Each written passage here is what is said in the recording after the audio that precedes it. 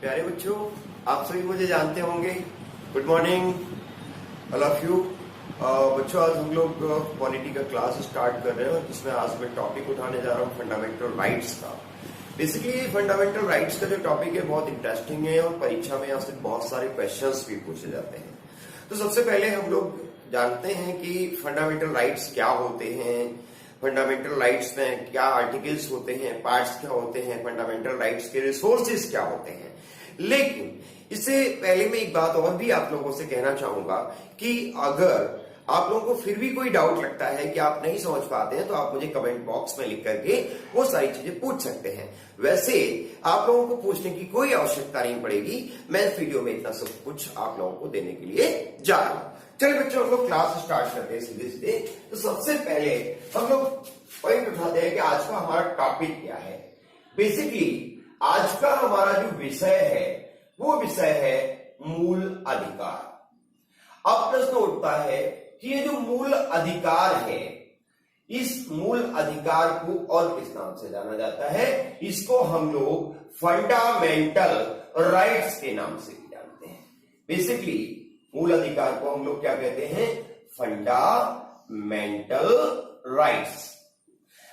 अब देखिए, कोई भी विषय जिसमें हमें आगे बढ़ना हो, उस विषय की हमें मूल समझ या बिल्कुल बेसिक समझ होना बहुत ज्यादा जरूरी है। अब इस बेसिक समझ की जब हम लोग बात करेंगे तो बेसिक समझ में सबसे पहले प्रश्न आता है कि अगर हम इस मूल अधिकार को दो भागों में तोड़ दें तो इसमें सबसे पहला पॉइंट निकल करके आता है कि आखिर ये अधिकार क्या होते हैं। अगर हम इस अधिकार विषय को विस्तार से जानने का प्रयास करेंगे तो यहां पर बहुत कुछ नई चीजें हमें आज क्लास में मिलने वाली है। अगर हम बात करें कि अधिकार क्या है, तो सामान्यतया अगर हम कहें तो अधिकार राज्य के विरुद्ध नागरिकों के दावों को कहा जाता है। यानी कोई भी नागरिक अपने राज्य के विरुद्ध जिस प्रकार का दावा करता है वह उस नागरिक के अधिकार कहलाते हैं। इसकी डेफिनेशन भी अब मैं यहां पे नोट कर देता हूं। अधिकार क्या है? सामान्यतया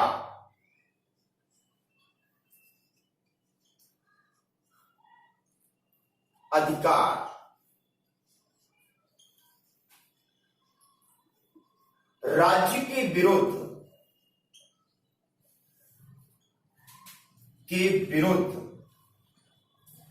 नागरिकों के दावे। नागरिक माने सिटीजन्स। अब यहां पे छोटा सा प्रश्न उठता है कि आखिर नागरिक किसे कहा जाता है? तो वो लोग जो किसी देश में स्थायी रूप से एक लंबे समय से निवास कर रहे हो, उनके पास उस देश के जितने भी अधिकार हैं वो अधिकार उन्हें प्राप्त हो, तो ऐसे व्यक्ति नागरिक कहलाते हैं। तो सामान्यतया अधिकार राज्य के विरुद्ध नागरिकों के क्या है? दावे हैं। लेकिन इतना जानना ही पर्याप्त नहीं है, हमें इसके आगे भी बहुत कुछ जानना होगा। जैसे प्रश्न उठता है कि आखिर ये जो अधिकार हमें दिखाई दे रहे हैं, अगर मूल रूप से देखा जाए कि ये अधिकार है कितने प्रकार के, यानी इन अधिकारों का टाइप क्या है, मीन्स इन अधिकारों का प्रकार क्या है, तो ये सिर्फ एक ही प्रकार के नहीं होते। मीन्स इनको हम कई सारे भागों में बांट सकते हैं। एग्जाम्पल के तौर पर सबसे पहले मैंने यहां पर लिया, हम जानते हैं मानवाधिकारों के बारे में, जिन्हें हम ह्यूमन राइट्स कहते हैं। इन पर हम बिल्कुल बेसिक छोटी छोटी चर्चाएं करेंगे और आगे बढ़ते जाएंगे, क्योंकि हमारा जो मूल विषय है वो है मूल अधिकार। मानवाधिकारों को हम लोग अंग्रेजी में ह्यूमन राइट्स भी कहते हैं, ह्यूमन राइट्स। अब प्रश्न उठता है कि ह्यूमन राइट्स के अलावा और कौन से दूसरे प्रकार के अधिकार होते हैं? तो दूसरे प्रकार के अधिकार जो होते हैं, उन अधिकारों को हम मूल अधिकार कहते हैं। मूल अधिकार मीन्स मूल अधिकारों का तात्पर्य हुआ फंडामेंटल राइट्स। Mental rights. तीसरे प्रकार के जो अधिकार होते हैं, बेसिकली उन अधिकारों को हम लोग संवैधानिक अधिकार भी कहते हैं। संवैधानिक अधिकार। संवैधानिक अधिकार का क्या तात्पर्य हुआ, इसको हम लोग अंग्रेजी में कहेंगे कॉन्स्टिट्यूशनल राइट्स। Constitutional rights. इसके अलावा एक चौथी प्रकृति के और अधिकार होते हैं, जिन अधिकारों को हम लोग कहते हैं सांविधिक अधिकार।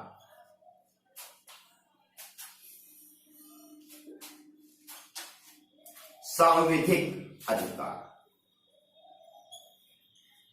या स्टैट्यूटरी राइट्स। अब देखिए, इनके बारे में थोड़ा थोड़ा जान लेते हैं कि आखिर मानवाधिकार क्या होते हैं। अगर मानवाधिकारों की बात करें तो वे अधिकार जो किसी भी मानव को प्रकृति के द्वारा प्रदत्त होते हैं या किसी भी मानव को प्रकृति से स्वयं में भी प्राप्त होते हैं, ऐसे अधिकारों को हम लोग मानवाधिकार के नाम से जानते हैं। लेकिन पहले इन मानवाधिकारों को कानून के रूप में मान्यता प्राप्त नहीं थी, लेकिन अब मानवाधिकारों को कानून ने भी मान्यता प्रदान करती है। यानी मानवाधिकार वे अधिकार हैं जो प्रकृति के द्वारा प्रदान किए जाते हैं और अब जिन्हें कानून के द्वारा भी मान्यता प्रदान कर दी गई है। दूसरा, मूल अधिकार। मूल अधिकार क्या है? मूल अधिकार वे अधिकार होते हैं जो किसी भी व्यक्ति के नैतिक, बौद्धिक, आध्यात्मिक विकास के लिए उत्तरदायी होते हैं, जिनके बिना किसी भी व्यक्ति का सर्वांगीण विकास संभव ही नहीं माना जाता। ऐसे अधिकारों को हम लोग क्या कहेंगे? ऐसे अधिकार कहलाते हैं मूल अधिकार या फंडामेंटल राइट्स। तीसरा, संवैधानिक अधिकार या कॉन्स्टिट्यूशनल राइट्स किसे कहेंगे? ऐसे अधिकार जिनको मूल अधिकारों के रूप में संविधान में कोई भी मान्यता नहीं दी गई है, लेकिन फिर भी उन्हें संविधान में स्थान प्रदान किया गया है। ऐसे अधिकारों को हम क्या कहेंगे? संवैधानिक अधिकार। अब इनके एग्जाम्पल्स भी लेंगे साथ में। अगला, सांविधिक अधिकार या स्टैट्यूटरी राइट्स क्या है? वे अधिकार जो विधि के अधीन हैं या विधि के तहत निर्मित किए जा सकते हैं या विधि के तहत आते हैं या जिनको सरकार अपने आधार पर तय कर सकती है, अपने आधार पर संशोधित कर सकती है, ऐसे अधिकारों को हम लोग सांविधिक अधिकार कहते हैं या स्टैट्यूटरी राइट्स कहते हैं। उदाहरण के तौर पर अगर मैं बात करूं मानवाधिकारों की, तो किसी भी व्यक्ति को जो प्राकृतिक रूप से वातावरण में रहने का अधिकार प्राप्त है, वो कौन सा अधिकार है? वो उसका मानवाधिकार है। अगर मैं कहूं मूल अधिकार क्या है, तो अगर किसी व्यक्ति के ऐसे अधिकार जिससे उसका नैतिक, बौद्धिक, आध्यात्मिक विकास संभव है और इसके साथ साथ वह अधिकार जो व्यक्ति के सर्वांगीण विकास के लिए उत्तरदायी है और जिन अधिकारों को भारत के संविधान के पार्ट 3 में यानी भाग 3 में अनुच्छेद 12 से लेकर के और अनुच्छेद 35 तक स्थान प्रदान किया गया है, ऐसे अधिकारों को हम लोग मूल अधिकार के नाम से जानते हैं। अब बात करते हैं संवैधानिक अधिकार या कॉन्स्टिट्यूशनल राइट्स क्या है। अगर हम संवैधानिक अधिकार की बात करें तो मैंने आपको बताया वे अधिकार जो संविधान में शामिल तो हैं, लेकिन उन्हें मूल अधिकार या फंडामेंटल राइट्स के रूप में स्थान नहीं दिया गया, उनको हम लोग कहेंगे संवैधानिक अधिकार। एग्जाम्पल के तौर पर अगर हम देखें तो आर्टिकल 300A, तो आर्टिकल 300A में जो संपत्ति का अधिकार या राइट टू प्रॉपर्टी मिला हुआ है, बेसिकली वो किस तरह का अधिकार है? वो एक संवैधानिक अधिकार है। चौथा, सांविधिक अधिकार या स्टैट्यूटरी राइट्स, ऐसे अधिकार जो विधि के तहत निर्मित किए जा सकते हैं या जो विधि के अधीन होते हैं या जिनको विधि बना करके लागू किया जा सकता है। एग्जाम्पल के तौर पर आप सभी जानते होंगे आरटीआई। आरटीआई का मतलब होता है सूचना का अधिकार या राइट टू इंफॉर्मेशन। ऐसे अधिकार को हम लोग क्या कहेंगे? स्टैट्यूटरी राइट्स या सांविधिक अधिकार। राइट, तो आप सभी लोग समझ चुके होंगे कि ये मानवाधिकार क्या है, मूल अधिकार क्या है, संवैधानिक अधिकार क्या है और सांविधिक अधिकार क्या है।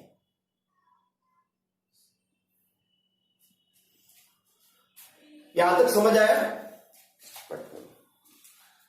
हम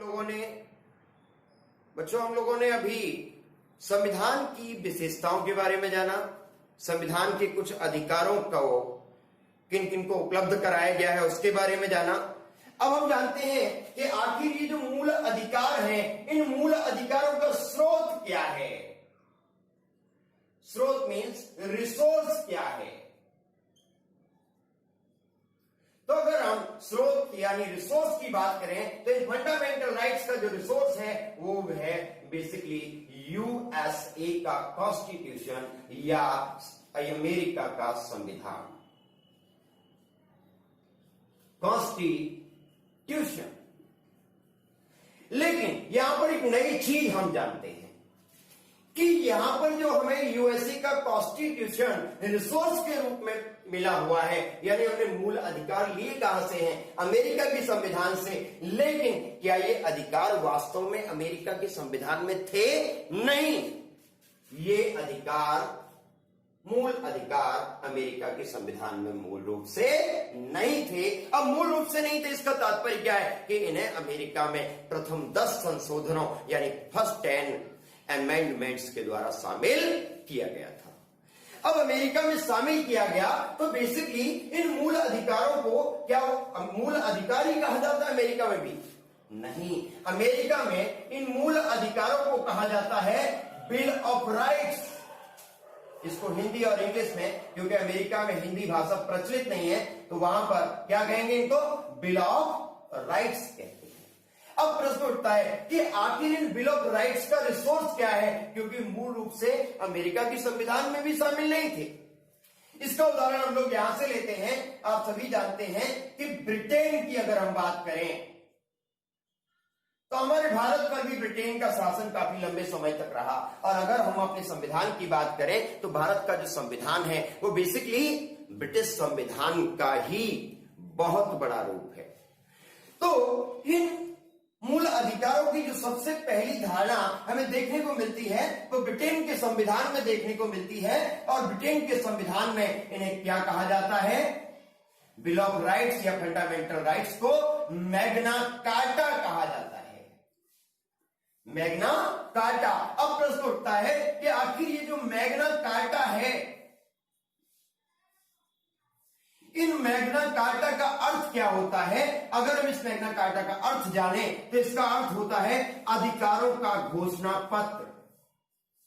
अधिकारों का घोषणा पत्र।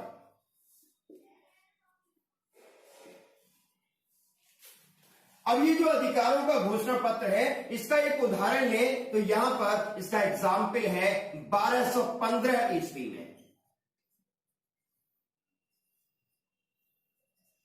वहां का जो शासक था, जो राजा था, उसका नाम था किंग जॉन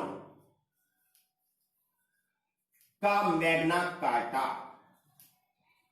मैग्ना कार्टा इसका मतलब हुआ कि सबसे पहले इन मूल अधिकारों की जो धारणा मैग्ना कार्टा के रूप में विकसित हुई वो किस देश के संविधान ने विकसित की? ब्रिटेन के संविधान ने विकसित की। यानी सबसे पहले किस देश का संविधान विकसित हुआ होगा? ब्रिटेन का विकसित हुआ था। लेकिन अगर प्रश्न इस रूप में पूछा जाता है कि किस देश का संविधान लिखित रूप में सबसे पहले अस्तित्व में आया, इसका उत्तर क्या होगा? अमेरिका का संविधान, क्योंकि ब्रिटेन का संविधान लिखित नहीं है। अब बात आती है ब्रिटेन के अलावा, क्या ब्रिटेन के अलावा भी ये बिल ऑफ राइट्स हमें और कहीं देखने को मिलते हैं या फंडामेंटल राइट्स हमें कहीं और देखने को मिलते हैं? तो ये हमें फ्रांस के कॉन्स्टिट्यूशन में देखने को मिलते हैं।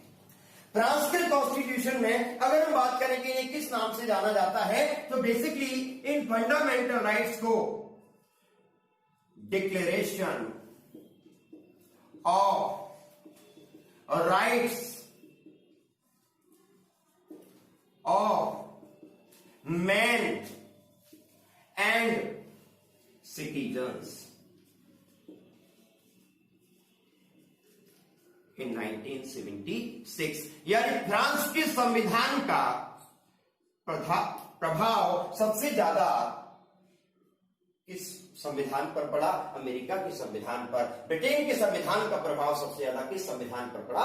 अमेरिका के संविधान पर। लेकिन अगर आपसे परीक्षा में प्रश्न पूछा जाता है कि भारत के संविधान में मूल अधिकारों को कहां से ग्रहण किया गया है, तो आपका उत्तर क्या होना चाहिए? अमेरिका का संविधान, यानी यूएसए का संविधान। परंतु आपसे प्रश्न पूछा जाए कि यूएसए में मूल अधिकारों को किस नाम से जाना जाता है, तो आप क्या कहेंगे? बिल ऑफ राइट्स के नाम से। आपसे पूछा जाए कि ब्रिटेन में इन बिल ऑफ राइट्स या फंडामेंटल राइट्स को किस नाम से जाना जाता है, तो आप कहेंगे मैग्ना कार्टा।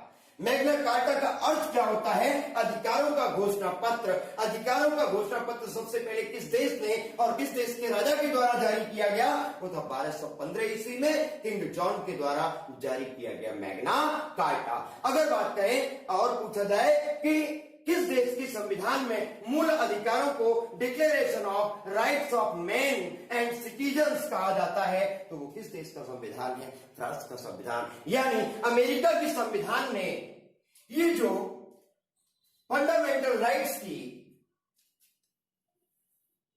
जो विषय भूमि है वो ग्रहण की, वो कहां के संविधान से प्रभावित होकर के की? ब्रिटेन के संविधान से और फ्रांस के संविधान से प्रभावित होकर के की। राइट, आगे चलते हैं हम लोग। चलो बच्चों, अभी हम लोगों ने अधिकारों के बारे में जाना। अब हम अधिकारों के विषय जिस पर हम लोग मूल रूप से बातचीत करने वाले हैं, फंडामेंटल राइट्स पर बातचीत करेंगे। सबसे पहले बात आती है कि अगर इन फंडामेंटल राइट्स को समझा जाए तो किस प्रकार समझ सकते हैं। इसको समझने के लिए हम लोग मूल विषय पर आते हैं और फंडामेंटल राइट्स की कुछ बेसिक इंफॉर्मेशन पहले जानते हैं और फिर आगे बढ़ते हैं। जैसे ये जो मूल अधिकार है, आप सभी जानते हैं कि भारत का जो संविधान है वो मूल रूप से 22 भागों में विभाजित है। लेकिन इन 22 भागों में से जो इसका पार्ट 3 है, यानी जो भाग 3 है, वो बेसिकली क्या है? मूल अधिकारों से संबंधित है। और ये जो पार्ट 3 या भाग 3 है, इन भाग 3 के अंतर्गत इन मूल अधिकारों को आर्टिकल 12 से लेकर के आर्टिकल 35 तक रखा गया है या स्थान प्रदान किया गया है। अब हम बात कर लेते हैं इन मूल अधिकारों के वर्गीकरण यानी क्लासिफिकेशन की। वर्गीकरण या क्लासिफिकेशन हम इनका कर लेते हैं।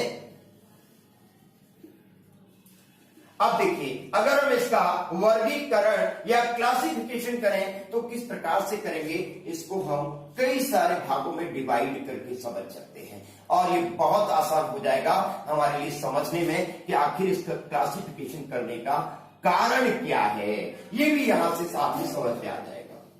अब देखिए, सबसे पहले मैं यहां पर एक पॉइंट लेता हूं कि मूल अधिकारों को हम एक साधारण रूप में रखते हैं। इस साधारण रूप के अतिरिक्त दूसरा, यहां पर मूल अधिकारों को हम इनके मूल रूप में ही ले लेते हैं, यानी मूल अधिकारों के रूप में ले लेते हैं। मूल अधिकारों के रूप में लेने के बाद तीसरा हम जो पॉइंट लेते हैं बेसिकली वो होगा कि क्या कुछ ऐसी भी चीजें हैं जो मूल अधिकारों का अपवाद है। तो आखिर इन मूल अधिकारों का अपवाद क्या है, यानी what is the exception of fundamental rights. और चौथा, अगर हमें इन मूल अधिकारों का क्रियान्वयन करना हो तो ऐसी स्थिति में क्या इन्हीं अधिकारों में से कोई एक ऐसा अधिकार है जो हमें इनको क्रियान्वित करने या इनको लागू करने की शक्ति प्रदान करता है।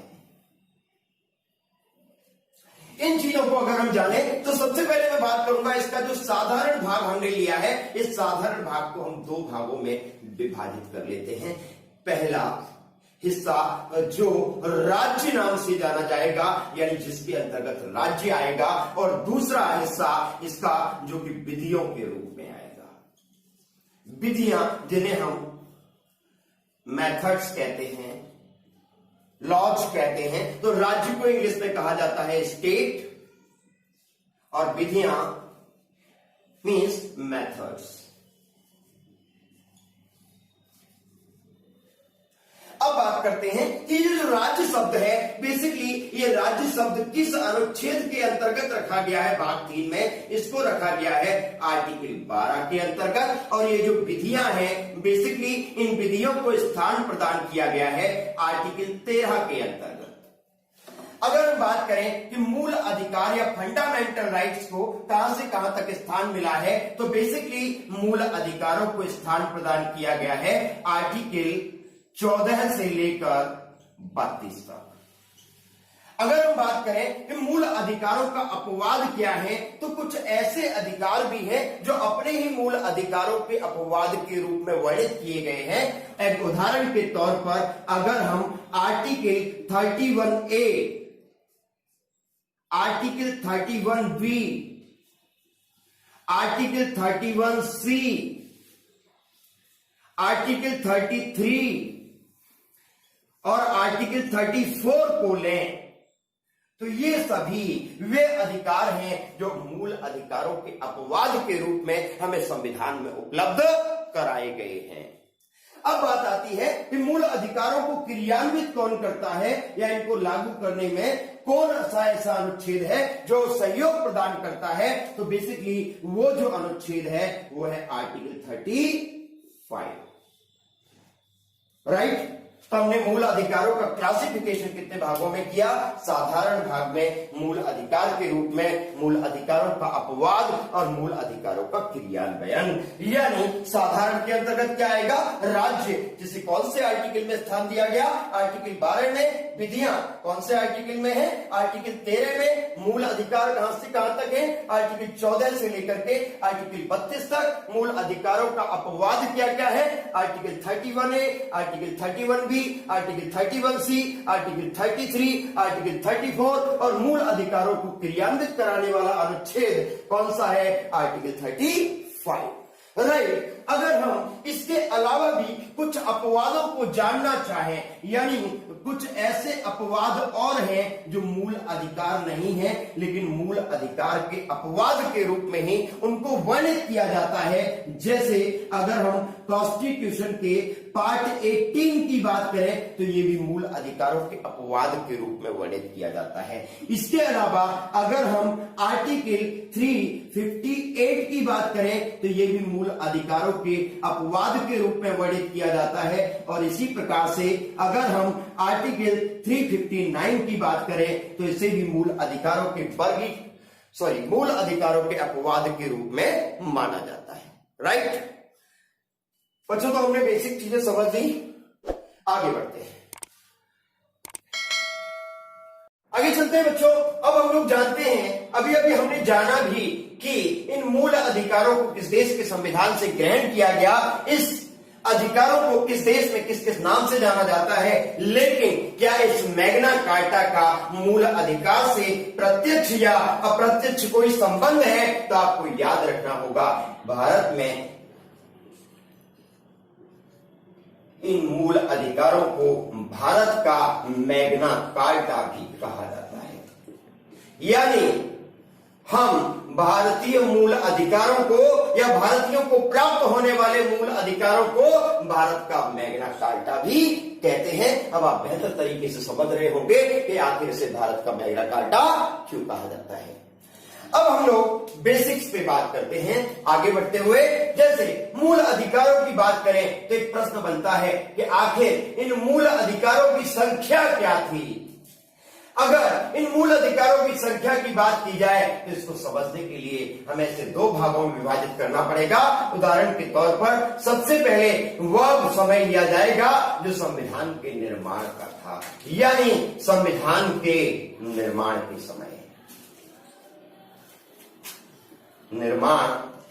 समय,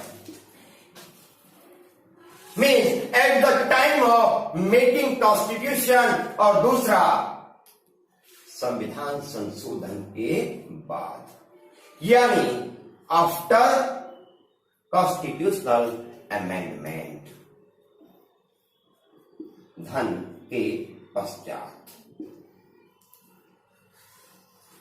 पहले हम इन दोनों चीजों को समझेंगे कि जब संविधान का निर्माण हुआ था, यानी संविधान को पूरी तरीके से लागू किया गया था 26 जनवरी 1950 को, उस समय इन मूल अधिकारों की जो संख्या निर्धारित की गई थी वो बेसिकली कितनी थी? 7। लेकिन संविधान संशोधन हो जाने के पश्चात इन मूल अधिकारों की संख्या घटकर की कितनी रह गई? 6। अब प्रश्न उठता है कि आखिर पहले 7 थे और अब घटकर के 6 रह गए, तो इनमें से ऐसा कौन सा फंडामेंटल राइट था जिसको इलिमिनेटेड किया गया, मींस हटाया गया? इलिमिनेटेड राइट्स कौन सा था या हटाया गया अधिकार कौन सा था?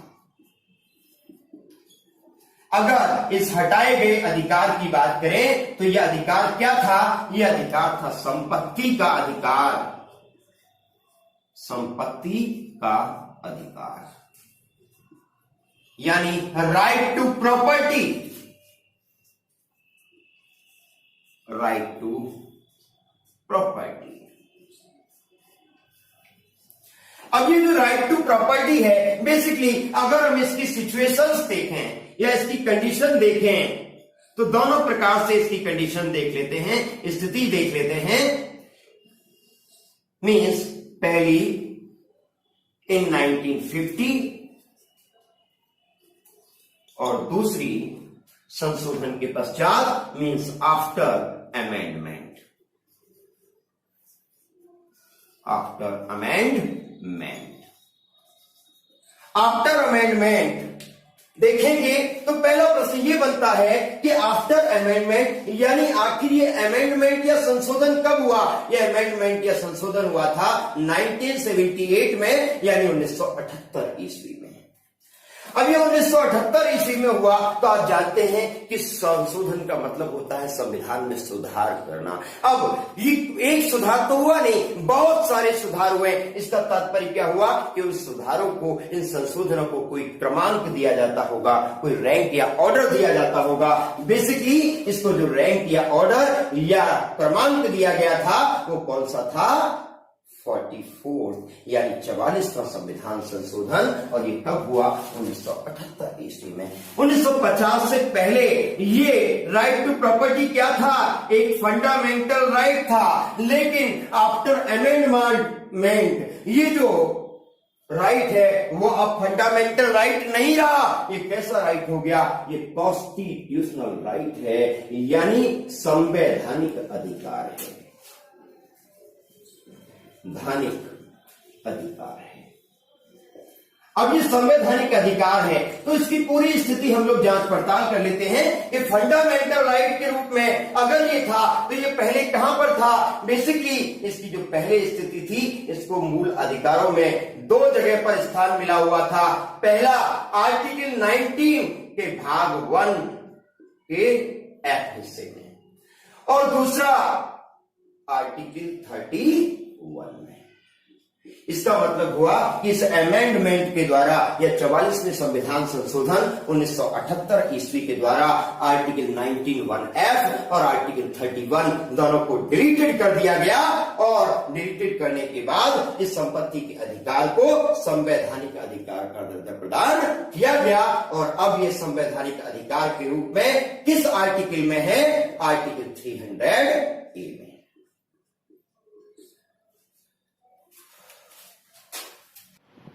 चलिए बच्चों, हम लोगों ने जाना मूल अधिकारों का अगर हम क्लासिफिकेशन करेंगे तो इन्हें किस किस रूप में हम लोग रखेंगे। अब हम बहुत सारी बेसिक चीजें और भी जानने का प्रयास करते हैं। जैसे उदाहरण के तौर पर अगर हमसे कहा जाए कि क्या ये मूल अधिकार सभी को समान मात्रा में मिले होते हैं, तो एक नया प्रश्न खड़ा हो जाता है कि समान मात्रा में किसको? अरे भाई, अगर कोई व्यक्ति भारत का नागरिक है तो उसको अधिकार ज्यादा मिलेंगे, और अगर कोई व्यक्ति भारत का नागरिक नहीं है तो ऐसी स्थिति में उसको कुछ अधिकार मिलेंगे, लेकिन भारतीयों की तुलना में उसके अधिकार कैसे होंगे? कम होंगे। तो हम लोग जानते हैं सबसे पहले कि ऐसे कौन कौन से अधिकार हैं जो केवल भारतीयों के लिए हैं, केवल भारतीयों के लिए, means only for Indians. Only for Indians. ये परीक्षा में कई बार प्रश्न पूछा भी गया है कि ऐसे कौन कौन से अधिकार हैं जो केवल भारतीय नागरिकों को प्राप्त हैं। तो आप लोगों को जानना होगा article 15 15, article 16 16, article 19 19, article 29 29, article 30 यानी 30। ये ऐसे आर्टिकल्स हैं जिनको केवल भारतीयों को उपलब्ध कराया गया है, ये विदेशी नागरिकों को प्राप्त नहीं है। इसी प्रकार से एक अगला प्रश्न और बन जाता है कि क्या कुछ ऐसे अधिकार भी हैं जब देश पर कोई आपातकालीन स्थिति आ जाती है तो वो अधिकार समाप्त हो जाते हैं, या कुछ ऐसे अधिकार भी हैं मनुष्य के जब आपातकालीन स्थिति खड़ी हो जाए तब भी वो खत्म नहीं होते। जैसे अगर हम आज की बात करें तो अभी आप देख रहे हैं कि फिर से इंडिया चाइना वॉर शुरू होने के चांसेस बन रहे हैं। ऐसी स्थिति में यह प्रश्न संभवतः परीक्षा में पूछे जाने की संभावना बढ़ जाती है। और यहां से सबसे पहले हम लोग जानते हैं ऐसे कौन से अधिकार हैं जो क्या हैं, आपातकाल में भी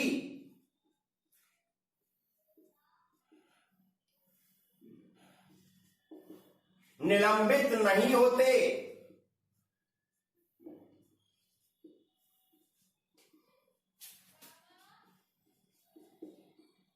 नहीं होते यानी नॉन डिलीटेड राइट्स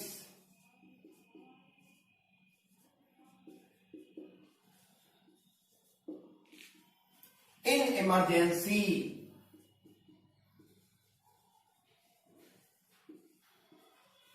यानी वे अधिकार जो आपातकाल में भी भारतीयों को उपलब्ध रहेंगे, वे कौन कौन से अधिकार हैं? Article 20 and article 21। यानी अगर कोई भी भारत में आपातकालीन स्थिति पैदा हो जाए, आपातकालीन स्थितियां कहां कहां पर पैदा हो सकती हैं उनके बारे में हम लोग विस्तार से बाद में बातचीत करेंगे, लेकिन ये दो अधिकार हैं जो आपातकालीन स्थिति में भी निलंबित नहीं होंगे।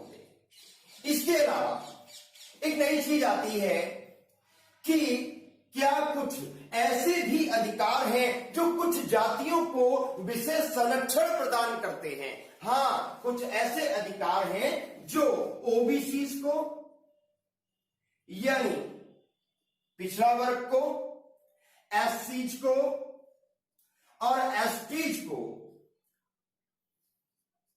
विशेष आरक्षण प्रदान करते हैं, आरक्षण प्रदान करते हैं। अब यहां पे देखिए, जनरली हमने यहां पे ओबीसीज भी लिया है, लेकिन जो ज्यादातर राइट्स हैं वो केवल किसके लिए हैं? एससी और एसटीज के लिए हैं। लेकिन कुछ मामलों में ओबीसीज को भी कुछ विशेष अधिकार उपलब्ध कराए गए हैं। अगर हम इन आर्टिकल्स की बात करें तो ये दो आर्टिकल्स हैं, एक है आर्टिकल 15 का 4 और दूसरा है आर्टिकल 16 का 4। अब आप कहेंगे कि आर्टिकल 15 का 4 क्या है, आर्टिकल 16 का 4 क्या है? तो आप सभी जानते हैं, मैंने पिछली कक्षा में आप लोगों को बताया भी था कि हमारे संविधान में मूल रूप से 395 अनुच्छेद थे, लेकिन अब उनकी संख्या बढ़कर लगभग 465 हो गई है। तो ये जो 465 संख्या बढ़कर के हुई है, इस संख्या को यहां पर अलग अलग प्रकार से जोड़ा गया है, यानी इनको मूल रूप से संविधान में शामिल नहीं किया गया। इसीलिए मूल रूप से संविधान में आज भी अनुच्छेदों की संख्या 395 ही है। जैसे उदाहरण के तौर पर आर्टिकल 15 का एक भाग अलग से जोड़ दिया तो इनकी संख्या बढ़ जाएगी। आर्टिकल 16 का भाग एक अलग से जोड़ दिया, यानी 15 का 1, 15 का 2, 15 का 3, 15 का 4, 16 का 1, 16 का 2, 16 का 3, 16 का 4। इस तरीके से ये जो आर्टिकल्स हैं वो ओबीसी, एससी और एसटी को विशेष आरक्षण उपलब्ध कराते हैं। अब इसके अलावा एक और बात आती है कि ऐसे कौन से राइट्स हैं जो केवल अल्पसंख्यकों या जिन्हें हम माइनॉरिटीज भी कहते हैं, केवल अल्पसंख्यकों को उपलब्ध है, उपलब्ध अधिकार। means only for minorities, only for minorities। अगर हम इनकी बात करें तो ये ऐसे दो आर्टिकल्स हैं, एक है आर्टिकल 29 और दूसरा है आर्टिकल 30, जो केवल अल्पसंख्यकों को उपलब्ध कराए गए हैं। ये अल्पसंख्यक क्या होते हैं? ऐसे लोग जिनकी जनसंख्या भारत की कुल जनसंख्या की 1% से कम है, ऐसे लोगों को हम माइनॉरिटीज कहते हैं। राइट। इसके बाद हम लोग आगे बढ़ते हैं अगले पॉइंट पर।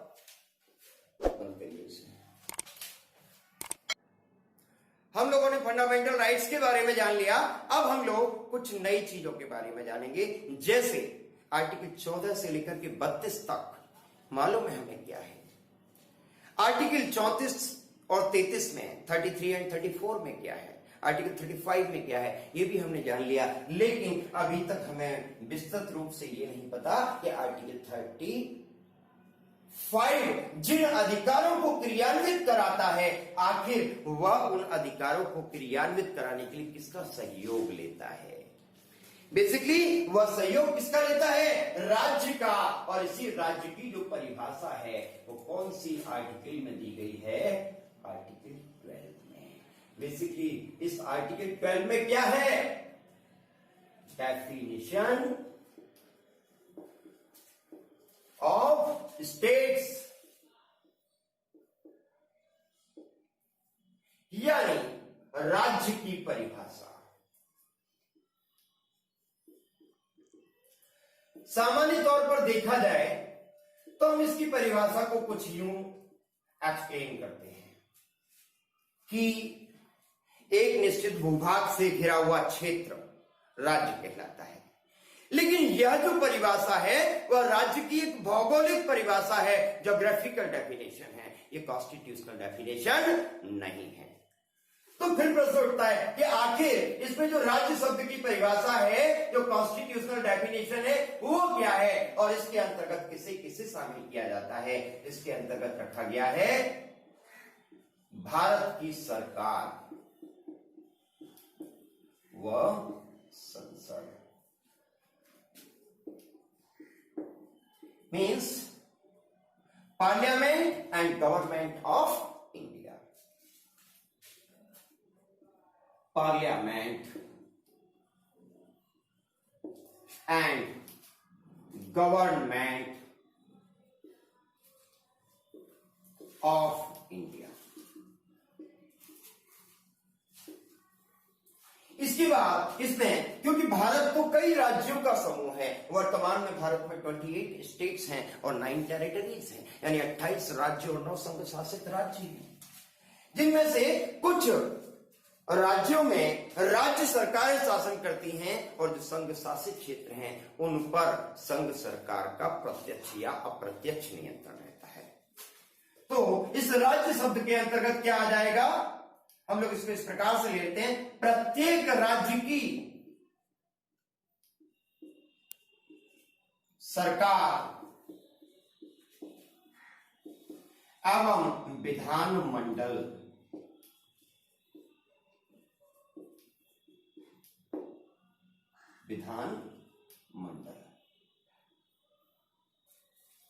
यानी legislature and government of every state is mentioned in the definition of state. इसके अलावा सभी स्थानीय प्राधिकारी, अब ये सभी स्थानीय प्राधिकारी से तात्पर्य क्या हुआ?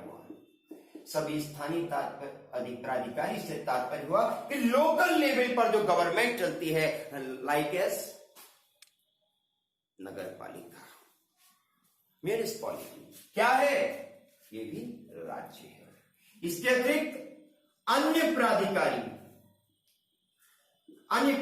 का मतलब है कि अगर हमारा सर्वोच्च न्यायालय चाहे और उसे महसूस होता है कि कोई भी संस्था इस प्रकार का कार्य कर रही है जो राज्य कहलाने लायक है, तो वह उस संस्था को राज्य का दर्जा दे सकता है।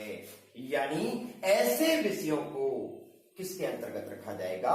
अन्य प्राधिकारी के अंतर्गत। तो अगर हम राज्य की परिभाषा जानेंगे तो राज्य की परिभाषा संवैधानिक रूप से क्या होगी? भारत की सरकार व संसद, प्रत्येक राज्य की सरकार एवं विधानमंडल, सभी स्थानीय प्राधिकारी यानी ऑल लोकल ऑफिसर्स या all type of local governments and another governments. हम लोग बात करते हैं आर्टिकल 12 के बाद आर्टिकल 13। आखिर ये आर्टिकल 13 क्या कहता है? मैंने आपको शॉर्ट रूप में बता दिया था कि इसमें क्या रखा गया है? विधियां। अब ये आखिर विधियां हैं, मेथड्स किसके लिए है? इन विधियों की बात करें तो इसको पूरा जान लेते हैं। मूल अधिकारों को असंगत, अब यहां पे असंगत का मतलब क्या हुआ? असंगत का मतलब हुआ न मानने वाला या अपने साथ न रखने वाला, हुआ उनका अल्पीकरण, हुआ उनका अल्पीकरण करने वाली विधियां ने वाली।